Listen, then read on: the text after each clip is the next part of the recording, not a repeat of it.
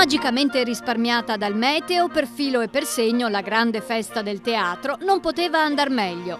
Dal tramonto a notte fonda, l'ex Filanda Motta a Campocroce di Mogliano è stata la meta preferita per tantissimi appassionati di teatro, richiamati da un cartellone ricchissimo, purché concentrato in un'unica data. Abbiamo avuto quasi 600 persone, chiaramente si è raddoppiata la gente visto che era solo una serata, e devo dire che siamo proprio contentissimi, è stata una serata bellissima.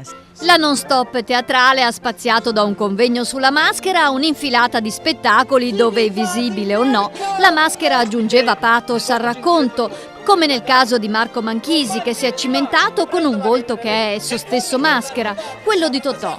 Al di là di quello che recitava, la cosa importante era come lo recitava.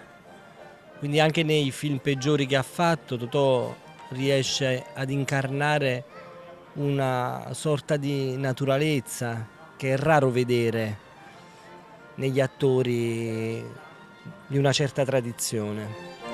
Ma tra commedia dell'arte, racconti popolari e travestitismi, il vero protagonista è stato il dialetto, lingua fantastica soprattutto se reinventata. E spesso i dialetti teatrali sono delle lingue inventate, delle lingue che non sono mai esistite, delle lingue che mescolano elementi provenienti da varie direzioni o che reinventano le lingue che si parlano nella realtà. Ecco, più lingue e più confusione di lingue, mescolanza di tradizioni ci sono nel teatro, meglio è.